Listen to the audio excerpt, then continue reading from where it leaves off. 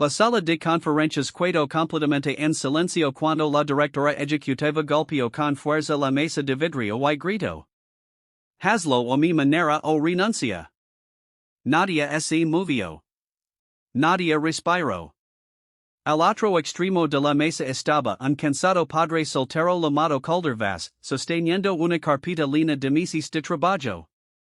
Tenía las mangas de la camisa arremangadas, la corbata ligeramente floja y, debajo de los ojos, las sombras oscuras de un hombre que había pasado demasiadas noches tratando de elegir entre dormir y ser un buen padre.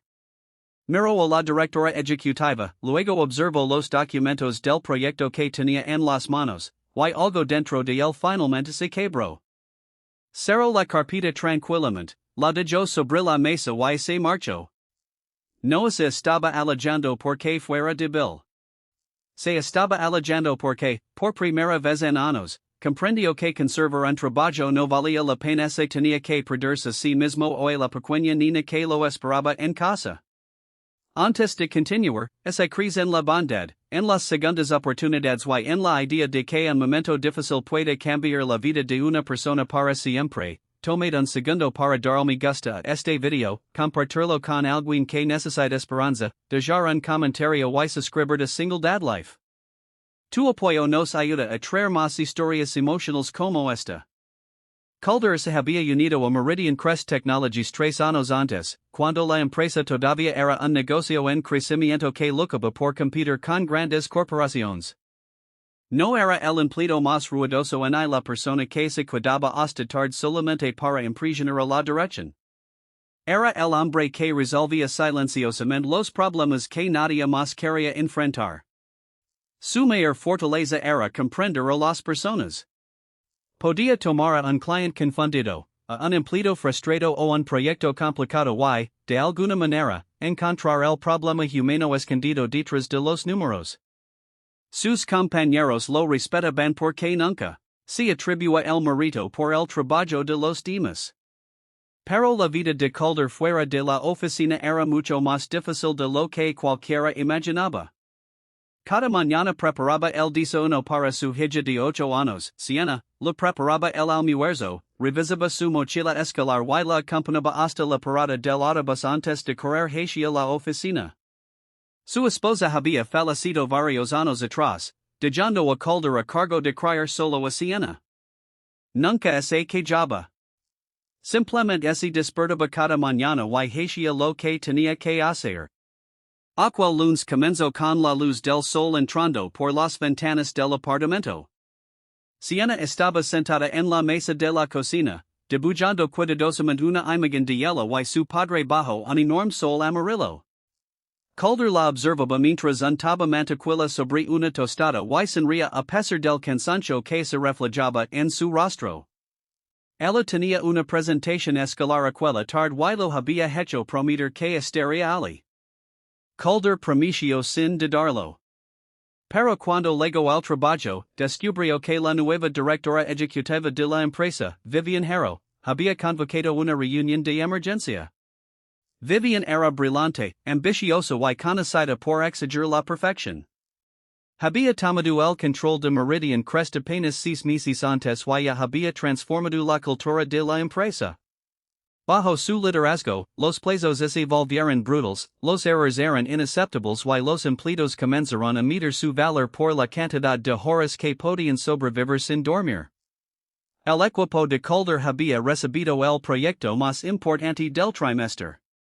Estaban desarrollando un nuevo sistema de atención al cliente que podía ahorrar millones de dólares a la empresa mientras ayudaba a miles de clientes. Calder había diseñado un enfoque más seguro después de descubrir un grave problema en el plan que Vivian prefería. Su recomendación requería 2 semanas adicionales, pero evitaría que miles de clientes quedaran expuestos a errores. Él creía que ese tiempo extra era necesario. Vivian creía que era una señal de debilidad. Durante la reunión, ella impuso el plan sobre la mesa y exigió que Calder lo implementara inmediatamente. Él explicó tranquilamente los riesgos y le mostró las pruebas. En lugar de considerarlas, Vivian lo acusó de estar ralentizando la empresa y de proteger su comodidad en lugar del futuro de la compañía. La sala quedó dolorosamente silenciosa cuando ella le dio el ultimátum. Calder bajo la mirada hacia la carpeta que sostenía en sus manos. Pensó en la presentación escolar de aquella tarde.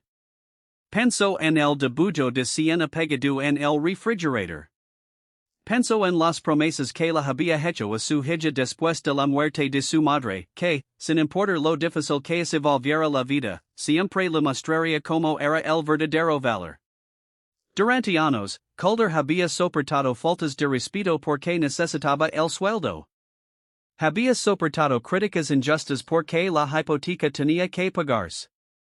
Había trabajado con fiber, se había perdido cenas familiares y había respondido correos electrónicos mientras ayudaba a Siena con sus tareas. Pero estando allí, de repente comprendió que el miedo se había convertido silenciosamente en el jefe de su vida. Así que dejó la carpeta sobre la mesa y salió. Nadie esperaba que realmente se marchara. Vivian lo observó desde detrás de la pared de cristal mientras Calder entraba al pasillo. No cerró ninguna puerta de golpe. No insultó a nadie. Simplemente regresó a su escritorio, guardó sus pertenencias en una caja de cartón y miró alrededor del lugar donde había pasado 3 años difíciles. Un empleado más joven llamado Marcel Rowan se acercó a él, visiblemente sorprendido, y intentó convencerlo de que reconsiderara su decisión. Calder sonrió con tristeza y le dijo que, a veces, lo más difícil que pueda hacer una persona es admitir que algo que necesita desesperadamente lo está haciendo daño. Luego levó la caja hacia el ascensor. Afuera, el sol de la tarde era cálido y brillante, completamente diferente al ambiente frío que había dejado dentro de la oficina. Calder permaneció varios segundos en la acera, respirando profundamente. No tenía un nuevo trabajo, ningún plan de respaldo y solo una pequeña cantidad de ahorros. El miedo comenzó inmediatamente a susurrar en su mente. ¿Qué pasaría el próximo mes? ¿Cómo pagaría las facturas? ¿Y si había cometido el mayor error de su vida? Entonces su teléfono vibró.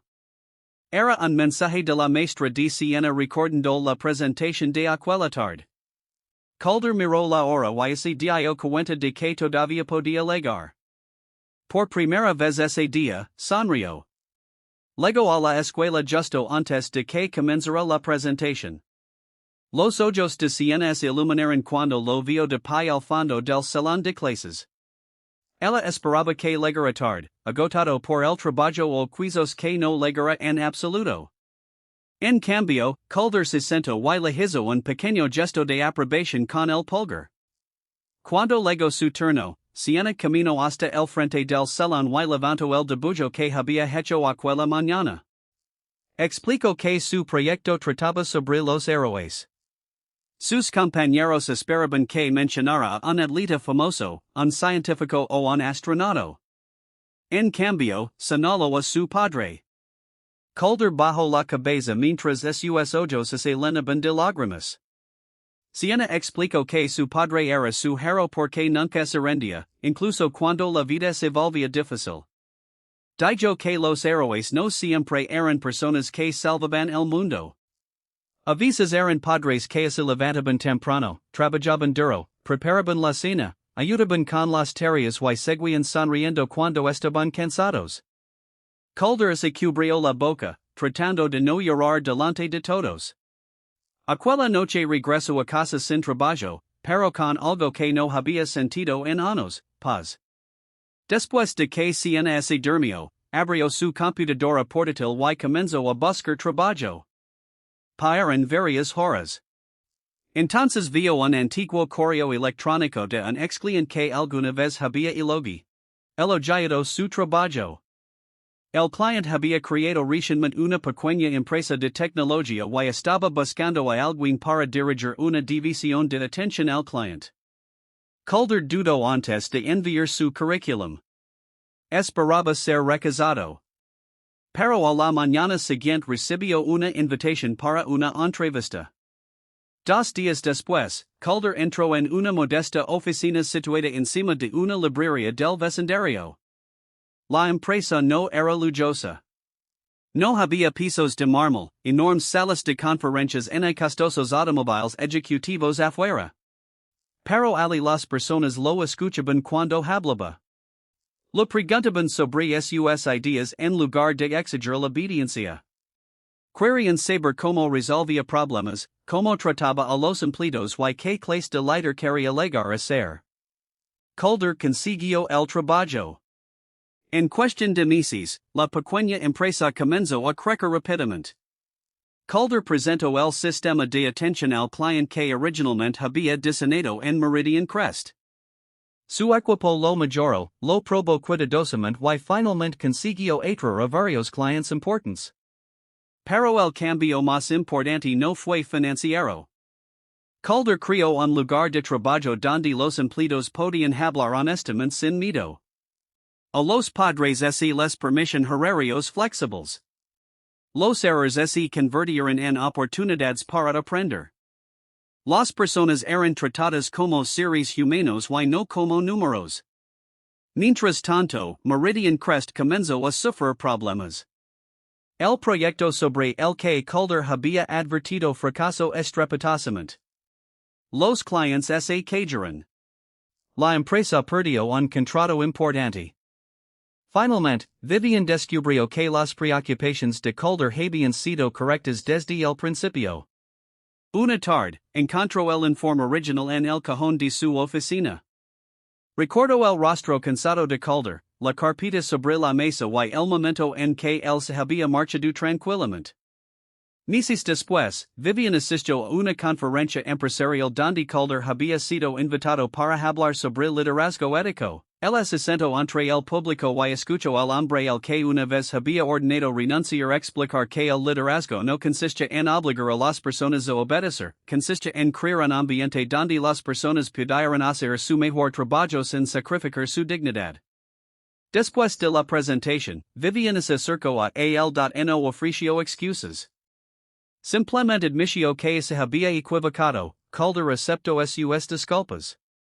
No porque hubiera olvidado lo ocurrido, sino porque había aprendido que perdonar no significaba fingir que el dolor nunca había existido, significaba negarse a permitir que ese dolor controlara el resto de su vida. Aquella tarde, Calder regresó a casa mientras el sol comenzaba a ponerse, Siena corrió hacia el lavando el mismo debullo antiguo de años atrás. Había añadido algo nuevo debajo de la imagen de su padre. Decía y mi hero se alejó cuando lo necesitaba, Calder la abrazó con fuerza. Finalmente comprendió que perder un trabajo no había destruido su vida. Había abierto la puerta hacia la vida que había tenido demasiado miedo de perseguir. Y a veces, el momento en que crees que lo estás perdiendo todo es, en realidad, el momento en que finalmente comienzas a encontrar a ti mismo. Si esta historia tocó tu corazón, no te limites a verla en silencio. Del me gusta el video, compartelo con alguien que necesite Valencia hoy y suscribid a Singledad Life. Una pequeña interacción de tu parte puede ayudar a que esta historia llegue a otra persona que quizá esté enfrentando su propia decisión difícil. Y antes de terminar, quiero que dejes un comentario especial. Elijo la Valencia. Porque en algún lugar hay alguien que permanece en un lugar que está destruyendo su espíritu simplemente porque tiene miedo de lo que vendrá después. Tal vez necesita escuchar que alejarse no siempre significa rendirse. A veces, alejarse es el primer paso valiente hacia una vida mejor. Calder no se alejó de sus responsabilidades aquel día. Se alejó del miedo. Y esa decisión lo cambió todo.